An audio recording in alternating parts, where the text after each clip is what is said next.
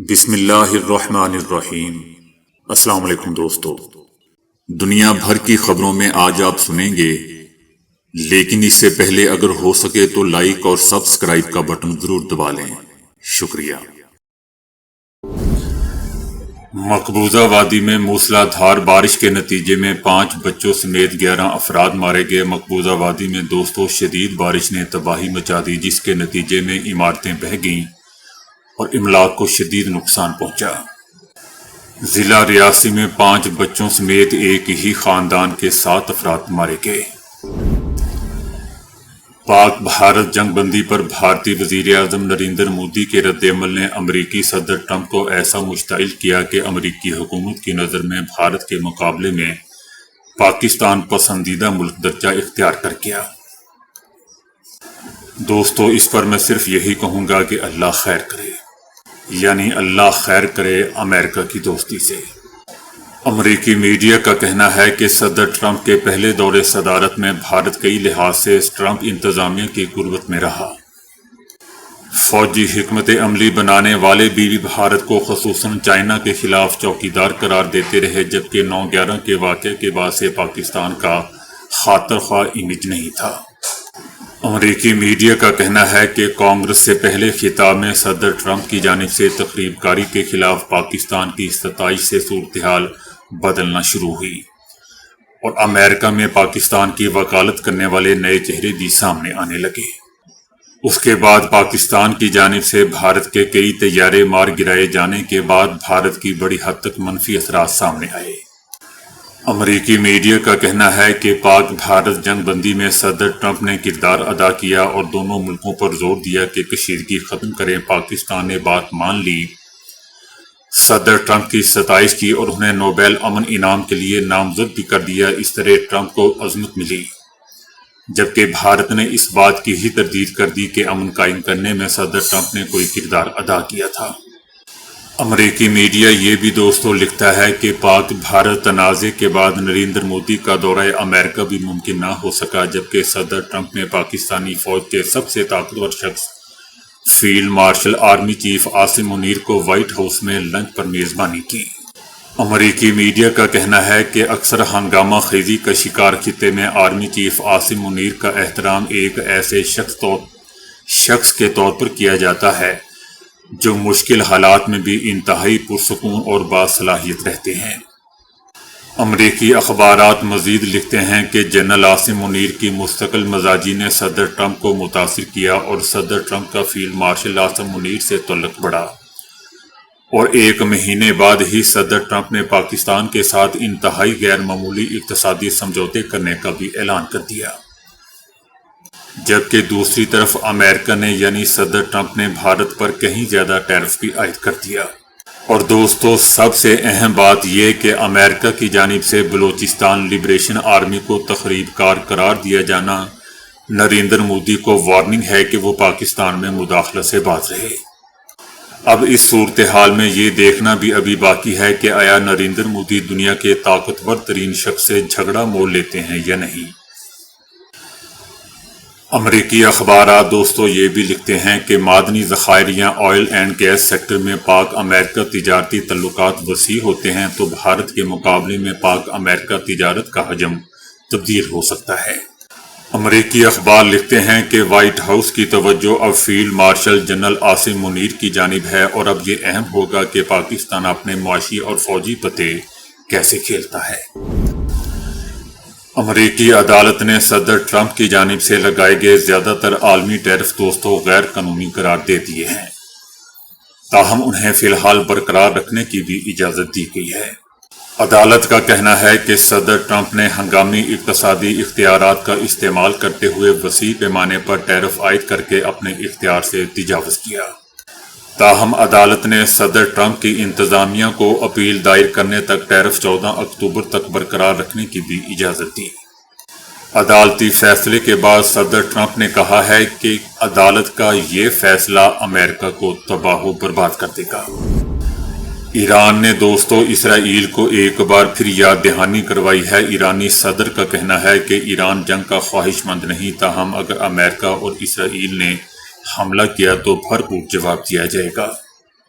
Doctor مسعود کا کہنا تھا کہ امریکہ اور اسرائیل ایران کو تقسیم کرنے اور کمزور کرنے کی کوشش کر رہے ہیں، تاہم کوئی بھی ایرانی شہری نہیں چاہتا کہ ایران تقسیم ہو۔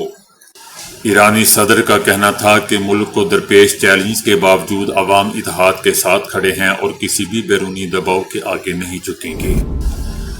امریکہ کی جانب سے بھارت پر 50% تجارتی ٹیرف عائد ہونے کے باوجود بھارتی روپیہ ڈالر کے مقابلے میں اپنی تاریخ کی کم ترین سطح پر جا پہنچا ہے۔ ماہرین کا کہنا ہے کہ امریکہ کی جانب سے بھارتی مصنوعات پر بھاری محصولات معاشی نمو کو متاثر کریں گے اور سرمایہ کاری کے بہاؤ کو مزید کمزور کر دیں گے۔ ڈالر کے مقابلے میں انڈین روپیہ 88.30 پر ہے۔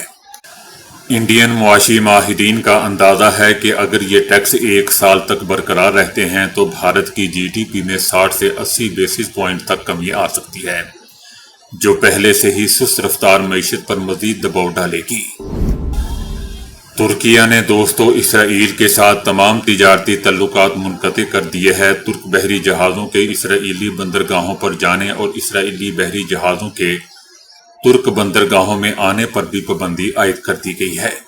اسرائیلی طیاروں کے لیے ترکیہ کی فضائی حدود کے استعمال پر بھی پابندی عائد کر دی گئی ہے۔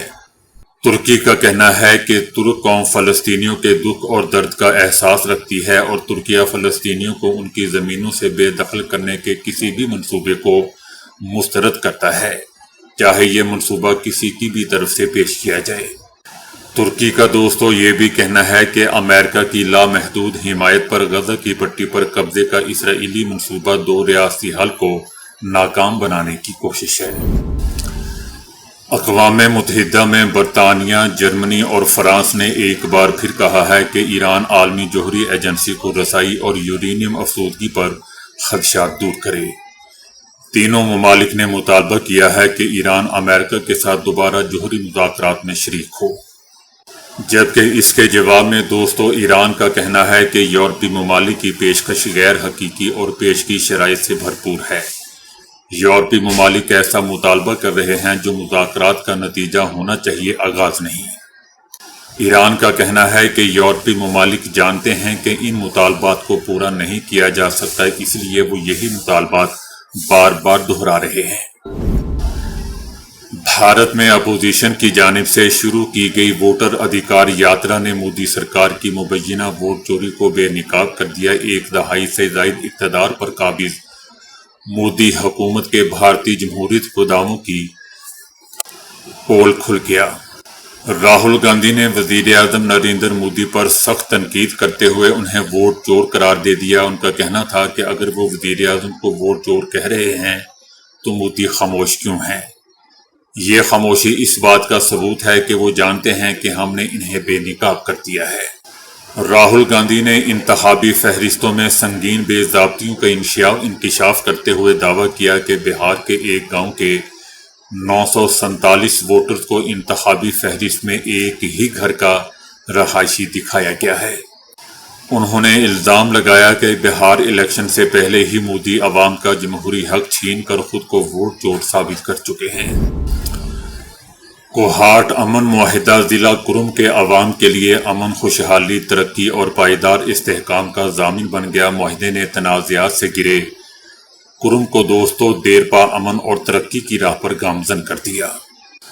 نومبر 2024 میں پارا چنار جانے والے 200 سے زائد گاڑیوں کے قافلے پر تخریب کاروں کے حملے میں 50 شہری اور تاجر مارے گئے تھے، جبکہ بگن بازار پر بھی حملہ کر کے تباہی مچائی گئی تھی۔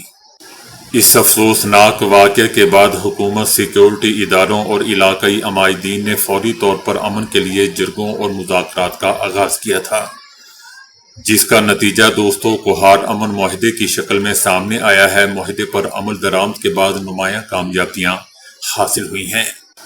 عوام اور عمائدین کے تعاون سے 547 بڑے ہتھیار رضاکارانہ طور پر واپس لے لیے گئے ہیں اور پارا چنار روڈ کو محفوظ بنانے کے لیے 120 خصوصی پوسٹیں بھی قائم کی گئیں۔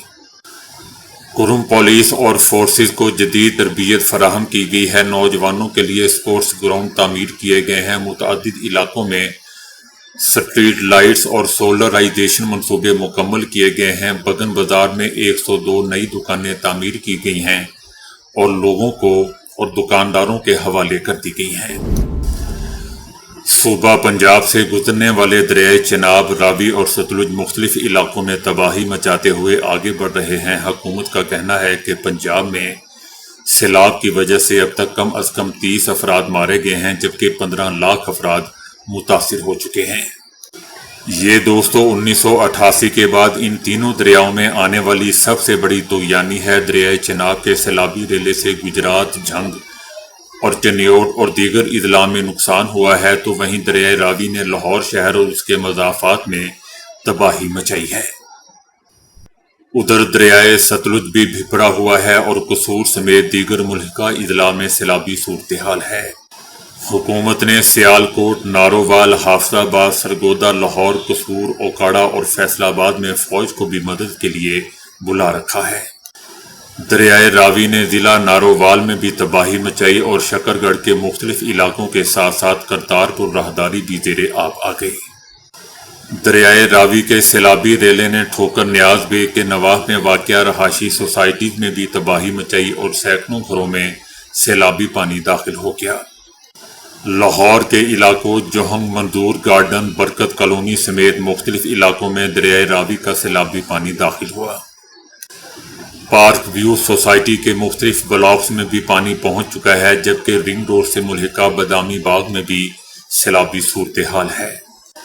دریائے ستلج میں طغیانی کی وجہ سے قصور کے نواحی دیہات متاثر ہوئے۔ دریائے ستلج میں سیلاب کی وجہ سے ضلع پاک پتن، بہاڑی، اوکاڑا اور بہاول نگر جیسے شہر بھی۔ گاؤں میں رہنے والے لوگوں کا کہنا ہے کہ ہمارا گاؤں اونچے مقام پر تھا اور ابھی پانی گھروں میں داخل نہیں ہوا، مگر چاروں طرف سے گھیر چکا ہے۔ زیادہ تر ڈیرے متاثر ہوئے ہیں اور ان میں جو اکا دکا لوگ رہ گئے تھے وہ یا تو پھنس چکے ہیں یا ان کے جانور پھنسے ہوئے ہیں۔ دریا کے ساتھ ہماری آنکھ مچولی لگی رہتی ہے۔